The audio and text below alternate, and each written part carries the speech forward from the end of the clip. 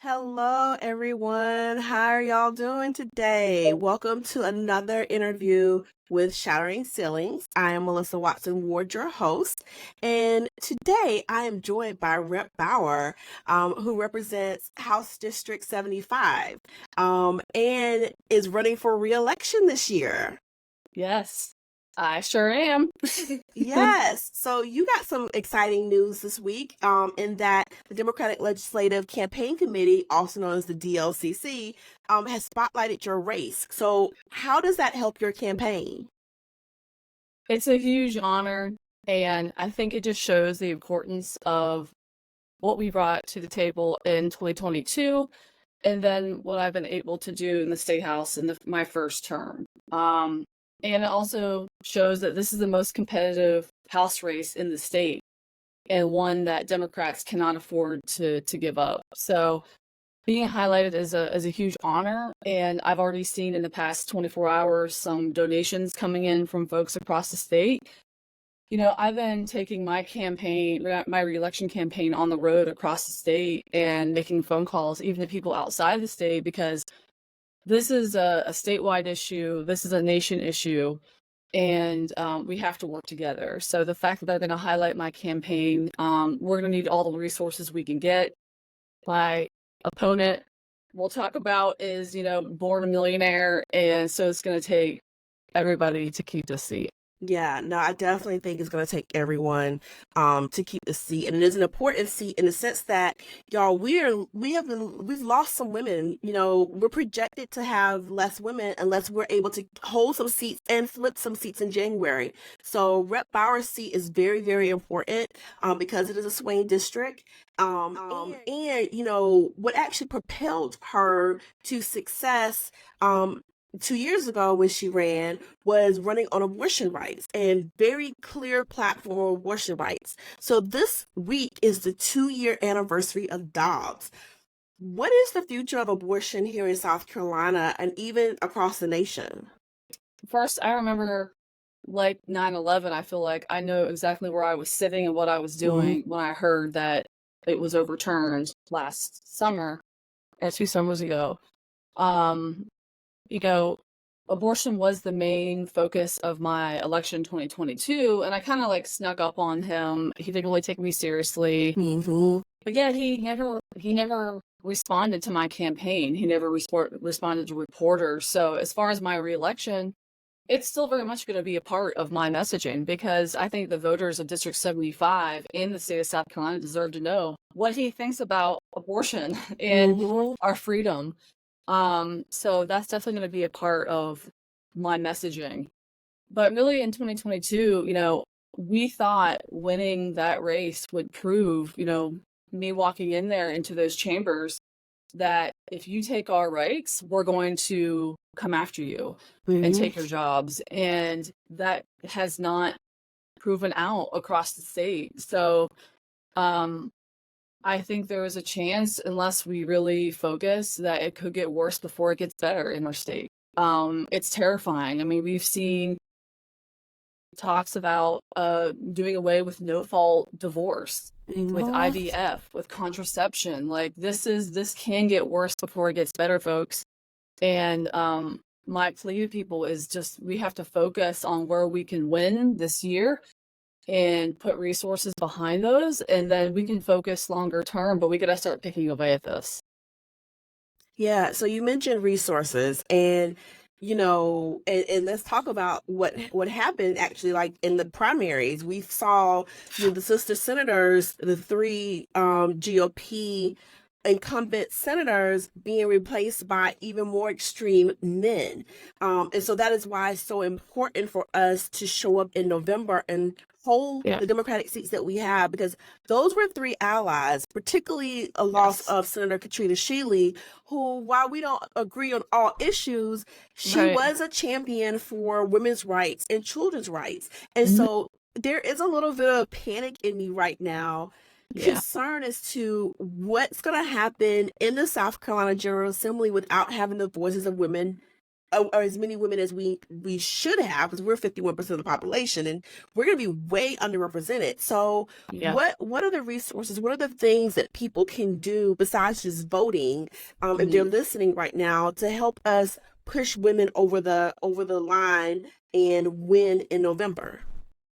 Support women, donate to their campaigns, volunteer, to call, to knock doors. And my thing is like, listen, we've been dumping money in voting for men for how long? And Mm-hmm. look at where we've gotten. So we need to support women, and particularly in races like mine in Spencer Wetmore and Charleston, those Democratic seats that are going to be hard to keep. We have to support them. And, you know, personally, I'm going up against a guy who was born on third, thought he had a trickle, born with buckets of money. He'll probably try to spend his family fortune to try to beat me. So we need to have enough to do our job. Do I think money at the end of the day is going to win this race completely? No, but we have to have the resources to get our messaging out, because like we talked offline, Melissa, it's all about telling voters about where things stand in your district and in your state. And some people are just busy living their lives. And it's our job as a party and our job as a candidate to tell people what's at stake. And it takes resources. Democracy is a beautiful thing, but in order to run a great, effective campaign, we have to have resources. We have to have money to reach voters. And that's a good point. What we were talking about earlier was the fact that, I wonder if this is the state that the Republican voters want. Like, is it really as extreme? Are they really that extreme, or are they just voting, for an R, and they're voting for whoever is getting out there, getting in their mailboxes and things of Mhm. that nature, and not really looking at the issues of what they're voting on, because these men who are replacing these women are very, very scary. And you mentioned some of the Yes. issues that they're going to be running on, like no fault divorce and taking away our contraceptives and stuff like that. And I Yeah. just don't believe that it's something that the majority of South Carolinians want. I don't think so. And I talked to a lot of those voters. I live in a swing. I represent a swing Yeah. district here in the state, and I talked to a lot of voters who have been a Republican their entire life. And then 2022, I knocked their door. I was like, "Listen, did you know your representative is voting to ban abortion?" They're like, "What? I didn't know that." So it took a lot of educating voters for them to understand what was at stake, and that there was a better option.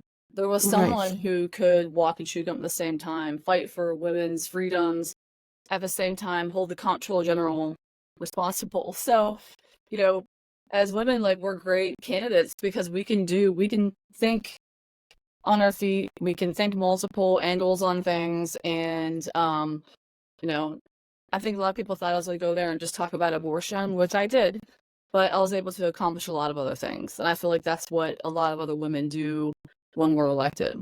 Yeah, Bauer, we have been beyond proud of you and the work that you're doing in the Me too. House, and we recognize the fact that as part of the minority party, it is hard, y'all, to get legislation passed. Mhm. And so what we need, my belief is that what we need people who are going to get out there and they are going to speak on the issues, and they are going to do the things that are going to slow down the GOP agenda, because that agenda right now is looking a little scary, especially again with the loss of the women legislators that we will not have in session with us next year. Mhm. Yeah, it's scary. And we are very much on our heels. And I talked to Dr. Jamel Brooks up in Greenwood, Hmm. who's running to flip a seat that we should not have lost a couple years ago. But we had a good conversation this morning, kind of strategizing on some events we're going to do together. And um, we have to let people know that, we get a lot of emails and feedback from constituents and people across the state about these awful bills being passed. And oftentimes my response is like, listen, like, our backs are against the wall. We're doing everything we can to stop these bans, but it's the power in numbers. We only have so many people to go around. Currently, we have no chairmans of any committees in the House. There's only so many of us to go around, even on subcommittees and committees. So, this is what happens when you have an egregious, lopsided majority. You have sloppy legislation, and honestly, they have unlimited power to do what they want to do. They do. But there are legislators like you who are putting in the work to at least slow down that agenda and try Yes, to get some good bills passed. So thank yes. you for that. You're welcome. As we wrap up this interview, is there anything that you want our listeners to know about your election in particular that you haven't already mentioned? I need your help. This is the probably most competitive race in the whole state, again, at the state level. And it's going to take resources. Again, born millionaire, he's going to dump his family treasures into this campaign because I'm sure he doesn't want to lose again. So go to voteheatherbauer.com, donate, sign the volunteer, phone bank, stuffed envelopes, whatever you like to do. But I do want to reiterate that, I'm going off on my record. I've been able to accomplish a lot in 2 years as a freshman, as a woman in the minority party. And we're going to talk about that. In 10 years, he slowed down progress for Colombia. Mm-hmm. And he's trying to rebrand himself as this pro Colombia person when all he did was stop progress in our city. So I'm going to hold him to task on that. And I still want to know his answer. I still want to answer from him on what he really thinks about women's freedoms for Mm-hmm. abortions in the state. Thank you, Rep Bauer. So I think to reemphasize, y'all, women's rights are still on the ballot in November. Even more so than they were 2 years ago. We need all hands on deck. If you are not a voter, you need to be voting in November. If you're a voter, definitely making sure you're volunteering, you're donating, you're encouraging your friends who may not be voters to vote because this is an important election. And for those Yes. of y'all who have other connections, like I know I'm in some civic organizations, I think Mm-hmm. it's our responsibility, even if you are part of a nonpartisan organization, to still get out there and educate people as to why it's so important for them to vote this November and what those issues are. So all hands on deck. Let's make sure that we are educating our voters and that we are supporting some great women candidates like Representative Heather Bauer. Thanks, Melissa. Thank you. And y'all, don't forget to subscribe to the Arena SC and particularly to Shattering Ceilings if you want to see more content like this about newsworthy women and women in politics and talking about the issues that really are impacting South Carolina women. Thank you.